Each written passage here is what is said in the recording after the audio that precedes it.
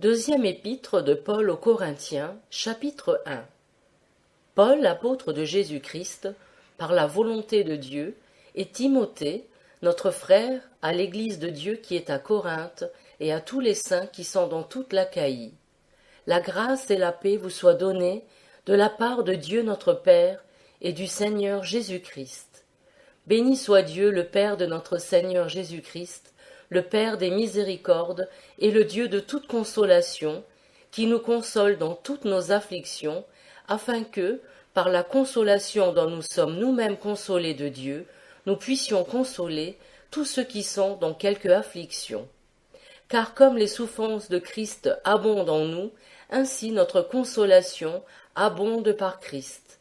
Et soit que nous soyons affligés, c'est pour votre consolation et votre salut, qui s'opère dans la patience avec laquelle vous endurez les mêmes maux que nous souffrons aussi, soit que nous soyons consolés, c'est pour votre consolation et votre salut.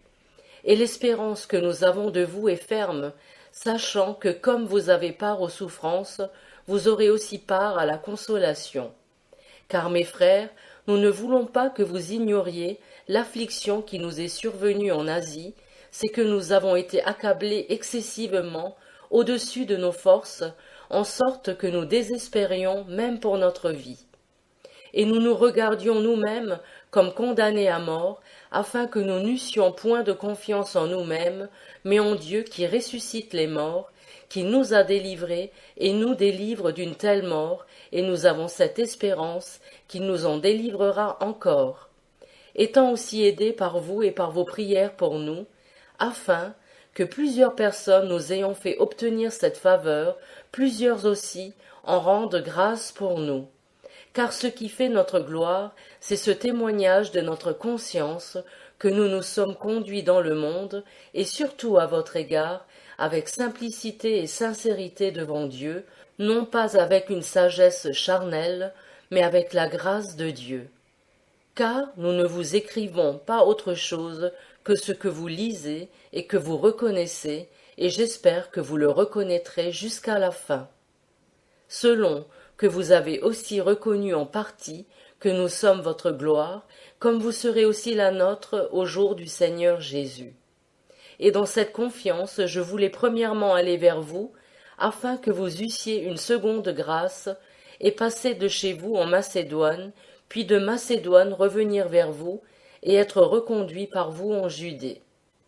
Or, projetant cela, ai-je usé de légèreté, ou ce que je projette, est-ce selon la chair que je le projette, de sorte qu'il y ait eu en moi le oui, oui, et le non, non? Dieu, qui est fidèle, m'est témoin que la parole que vous avez reçue de nous n'a point été oui et non. Car Jésus-Christ, le Fils de Dieu, qui vous a été prêché par nous, par moi et Sylvain et Timothée, n'a point été oui et non, mais il a été oui en lui.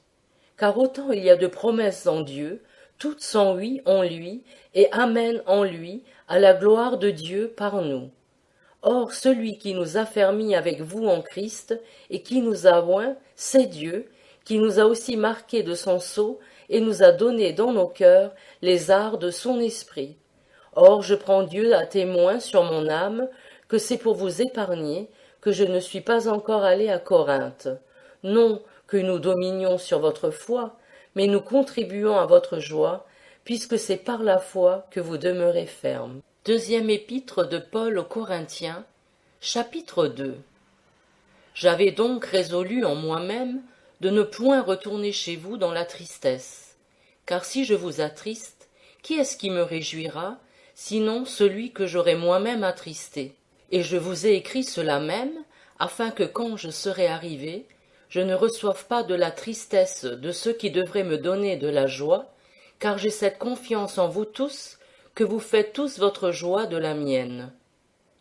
Car je vous écrivis, dans une grande affliction et le cœur serré de douleur, avec beaucoup de larmes, non pour vous attrister, mais pour vous faire connaître l'affection excessive que j'ai pour vous. Que si quelqu'un a causé de la tristesse, ce n'est pas moi seul qui l'a attristé, mais c'est vous tous en quelque mesure, pour ne pas exagérer. Il suffit pour un tel homme d'avoir été châtié par le plus grand nombre, de sorte que vous devez plutôt lui pardonner et le consoler, de peur qu'il ne soit accablé par une trop grande tristesse. C'est pourquoi je vous prie de manifester envers lui votre charité, car c'est aussi pour cela que je vous ai écrit, afin de connaître, en vous mettant à l'épreuve, si vous êtes obéissant en toutes choses. Celui donc à qui vous pardonnez, je lui pardonne aussi. Car pour moi, ce que j'ai pardonné, si j'ai pardonné, c'est à cause de vous, en la présence de Christ, afin que Satan n'ait pas le dessus sur nous, car nous n'ignorons pas ses desseins. Or, quand je vins à Troas pour l'évangile de Christ, quoique le Seigneur m'y eût ouvert une porte, je n'eus point l'esprit en repos, parce que je n'y trouvais pas Tite mon frère. C'est pourquoi, ayant pris congé des frères, je vins en Macédoine. Or, grâce soit rendue à Dieu qui nous fait toujours triompher en Christ, et qui répand par nous l'odeur de sa connaissance en tout lieu. Car nous sommes la bonne odeur de Christ devant Dieu, pour ceux qui sont sauvés et pour ceux qui périssent. À ceux-ci une odeur mortelle donnant la mort, et à ceux-là une odeur vivifiante donnant la vie. Et qui est suffisant pour ces choses? Car nous ne falsifions point la parole de Dieu, comme beaucoup le font, mais nous parlons avec sincérité, comme de la part de Dieu, devant Dieu, en Christ. Deuxième épître de Paul aux Corinthiens, chapitre 3. Comment serons-nous de nouveau à nous recommander nous-mêmes, ou avons-nous besoin, comme quelques-uns, de lettres de recommandation auprès de vous, ou de recommandations de votre part auprès des autres? Vous êtes vous-même notre lettre, écrite dans nos cœurs, connue et lue par tous les hommes, car il est évident que vous êtes une lettre de Christ, due à notre ministère, écrite non avec de l'encre, mais avec l'Esprit du Dieu vivant, non sur des tables de pierre, mais sur les tables de chair, celles du cœur. Or, c'est par Christ que nous avons une telle confiance devant Dieu, non que nous soyons capables par nous-mêmes de penser quelque chose comme de nous-mêmes, mais notre capacité vient de Dieu, qui lui aussi nous a rendus capables d'être ministres de la nouvelle alliance, non de la lettre, mais de l'esprit, car la lettre tue, mais l'esprit vivifie. Or si le ministère de mort, celui de la lettre, gravé sur des pierres, a été si glorieux que les enfants d'Israël ne pouvaient fixer leur regard sur le visage de Moïse, à cause de l'éclat de son visage, bien que cet éclat dût s'évanouir, combien le ministère de l'Esprit ne sera-t-il pas plus glorieux? Car si le ministère de condamnation a été glorieux, le ministère de la justice abonde bien plus en gloire. Et en effet, ce premier ministère qui a été glorieux ne l'a point été à cause de la gloire surabondante du second. Car si ce qui devait prendre fin a été glorieux, ce qui est permanent est beaucoup plus glorieux. Ayant donc une telle espérance, nous usons d'une grande liberté, et nous ne faisons pas comme Moïse, qui mettait un voile sur son visage, afin que les enfants d'Israël ne vissent pas la fin de ce qui devait disparaître, mais leurs esprits ont été endurcis jusqu'à présent, car encore aujourd'hui, ce même voile demeure sur la lecture de l'Ancien Testament, sans être levé, parce qu'il n'est ôté que par Christ. Encore aujourd'hui, quand on lit Moïse, un voile est jeté sur leur cœur. Mais quand ils se convertiront au Seigneur, le voile sera ôté. Or le Seigneur est l'Esprit, et où est l'Esprit du Seigneur, là est la liberté. Ainsi, nous tous qui, le visage découvert, contemplant comme dans un miroir la gloire du Seigneur, nous sommes transformés à son image, de gloire en gloire, comme par l'Esprit du Seigneur. Deuxième épître de Paul aux Corinthiens, chapitre 4. C'est pourquoi, ayant ce ministère selon la miséricorde qui nous a été faite, nous ne perdons pas courage, mais nous avons rejeté les choses honteuses qu'on cache, ne nous conduisons point avec artifice et ne falsifions point la parole de Dieu, mais nous recommandons nous-mêmes auprès de toute conscience d'homme devant Dieu, par la manifestation de la vérité. Que si notre évangile est voilé, il est voilé pour ceux qui périssent, pour les incrédules dont le Dieu de ce siècle a aveuglé l'esprit, afin qu'ils ne soient pas éclairés par la lumière du glorieux évangile de Christ qui est l'image de Dieu. Car nous ne nous prêchons pas nous-mêmes, mais nous prêchons Jésus-Christ le Seigneur, et pour nous, nous sommes vos serviteurs à cause de Jésus. Car le Dieu qui a dit que la lumière resplendisse au milieu des ténèbres est celui qui a resplendi dans nos cœurs pour faire briller la lumière de la connaissance de la gloire de Dieu en la personne de Jésus-Christ. Or, nous avons ce trésor dans des vases de terre, afin que l'excellence de la puissance soit attribuée à Dieu et non pas à nous. Nous sommes pressés de toute manière, mais non réduits à l'extrémité, en perplexité, mais non sans espérance, persécutés, mais non abandonnés, abattus, mais non entièrement perdus. Nous portons toujours en notre corps la mort du Seigneur Jésus, afin que la vie de Jésus soit aussi manifestée dans notre corps.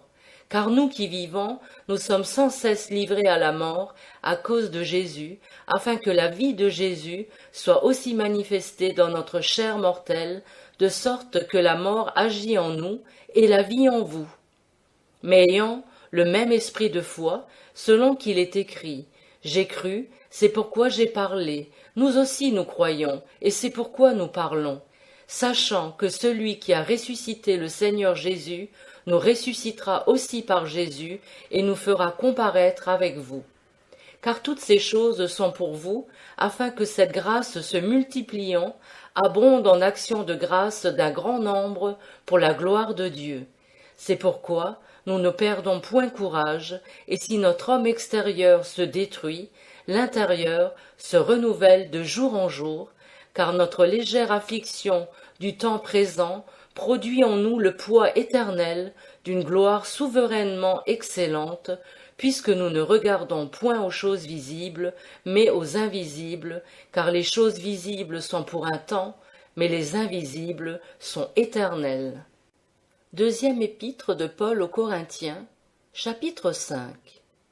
Nous savons, en effet, que si cette tente, notre demeure terrestre, est détruite, nous avons dans les cieux un édifice qui est de Dieu, une maison éternelle qui n'est point faite de main d'homme.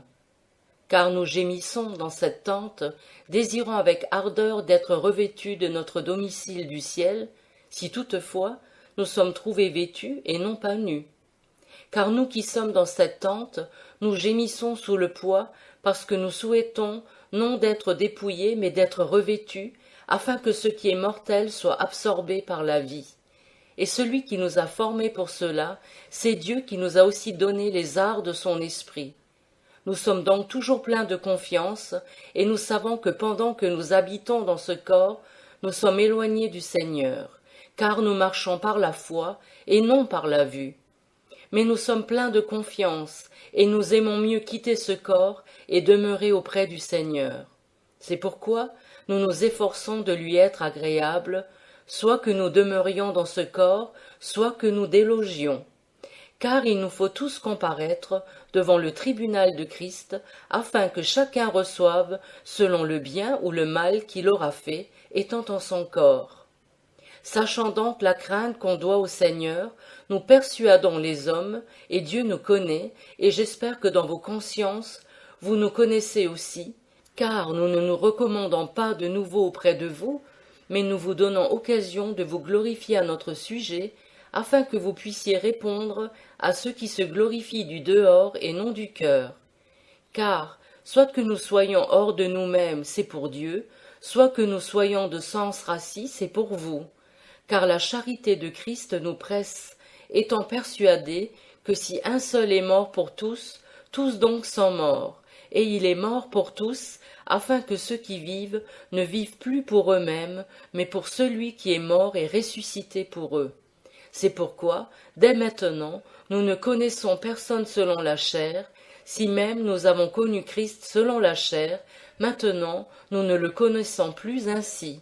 Si donc quelqu'un est en Christ, il est une nouvelle créature, les choses vieilles sont passées, voici toutes choses sont devenues nouvelles.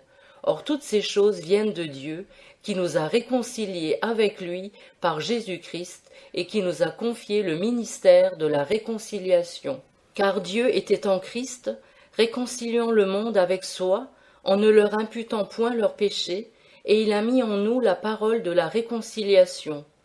Nous faisons donc la fonction d'ambassadeurs pour Christ, comme si Dieu exhortait par nous, et nous vous supplions au nom de Christ, soyez réconciliés avec Dieu. Car celui qui n'a point connu le péché, il l'a traité en pécheur pour nous, afin que nous devenions justes de la justice de Dieu en lui. Deuxième épître de Paul aux Corinthiens, chapitre 6. Puisque donc que nous travaillons avec Dieu, nous vous conjurons que ce ne soit pas en vain que vous ayez reçu la grâce de Dieu. Car il dit, je t'ai exaucé au temps favorable, et je t'ai secouru au jour du salut. Voici maintenant le temps favorable, voici maintenant le jour du salut. Nous ne donnons aucun scandale en quoi que ce soit, afin que notre ministère ne soit point blâmé. Mais nous nous rendons recommandables en toutes choses, comme des ministres de Dieu, dans une grande patience, dans les afflictions, dans les tourments, dans les angoisses, dans les blessures, dans les prisons, dans les séditions, dans les travaux, dans les veilles, dans les jeûnes, dans la pureté, dans la connaissance, dans la longanimité, dans la douceur, dans le Saint-Esprit, dans une charité sincère, dans la parole de vérité, dans la puissance de Dieu, dans les armes de la justice que l'on tient de la droite et de la gauche, à travers l'honneur et l'ignominie, à travers la mauvaise et la bonne réputation, étant regardés comme des séducteurs, quoique véridiques, comme des inconnus, quoique connus, comme mourants, et voici nous vivons, comme châtiés et non mis à mort, comme affligés mais toujours joyeux, comme pauvres mais enrichissant plusieurs, comme n'ayant rien, quoique possédant toutes choses. Notre bouche s'est ouverte pour vous, ô Corinthiens, notre cœur s'est élargi. Vous n'êtes point à l'étroit au-dedans de nous, mais vos entrailles à vous se sont rétrécies. Or, pour nous rendre la pareille, je vous parle comme à mes enfants, élargissez-vous aussi. Ne vous mettez pas sous un même joug avec les infidèles, car qu'y a-t-il de commun entre la justice et l'iniquité? Et quelle union y a-t-il entre la lumière et les ténèbres? Quel accord entre Christ et Bélial? Ou quelle part a le fidèle avec l'infidèle? Et quel rapport entre le temple de Dieu et les idoles? Car vous êtes le temple du Dieu vivant. Comme Dieu l'a dit, j'habiterai au milieu d'eux et j'y marcherai. Je serai leur Dieu et ils seront mon peuple. C'est pourquoi, sortez du milieu d'eux, et vous séparez, dit le Seigneur, et ne touchez point à ce qui est impur, et je vous recevrai, et je serai votre Père, et vous serez mes fils et mes filles, dit le Seigneur Tout-Puissant. Deuxième épître de Paul aux Corinthiens, chapitre 7. Ayons donc, bien-aimés, de telles promesses, purifions-nous de toute souillure de la chair et de l'esprit, achevant notre sanctification dans la crainte de Dieu. Recevez-nous, nous n'avons fait tort à personne, nous n'avons nui à personne, nous n'avons trompé personne. Je ne dis pas cela pour vous condamner, car j'ai déjà dit que vous êtes dans nos cœurs pour mourir ensemble et pour vivre ensemble. J'ai une grande assurance avec vous, j'ai grand sujet de me glorifier de vous, je suis rempli de consolation, je suis comblé de joie dans toutes nos afflictions. Car lorsque nous sommes arrivés en Macédoine, notre chair n'a eu aucun repos, au contraire, nous avons été affligés en toute manière par des combats au dehors et des craintes au dedans. Mais Dieu qui console ceux qui sont abattus, nous a consolés par l'arrivée de Tite, et non seulement par son arrivée, mais aussi par la consolation qu'il a reçue de vous, nous ayant raconté votre ardent désir, vos larmes, votre zèle pour moi, en sorte que ma joie en a été augmentée. Car bien que je vous ai attristé par ma lettre, je ne m'en repens pas, si même je m'en suis repenti, parce que je vois que cette lettre vous a attristé, bien que pour un peu de temps. Maintenant je me réjouis, non de ce que vous avez été attristé, mais de ce que votre tristesse vous a porté à la repentance, car vous avez été attristé selon Dieu, en sorte que vous n'avez reçu aucun dommage de notre part. Car la tristesse qui est selon Dieu produit une repentance à salut et dont on ne se repent jamais, au lieu que la tristesse du monde produit la mort. Car voici, cette même tristesse selon Dieu, quel empressement n'a-t-elle pas produit en vous? Quelles excuses, quelle indignation, quelle crainte, quel désir, quel zèle, quelle punition! Vous avez montré à tout égard que vous êtes purs dans cette affaire. Ainsi, lorsque je vous ai écrit, ce n'a pas été à cause de celui qui a fait l'injure, ni à cause de celui à qui elle a été faite, mais pour vous faire connaître notre zèle pour vous devant Dieu.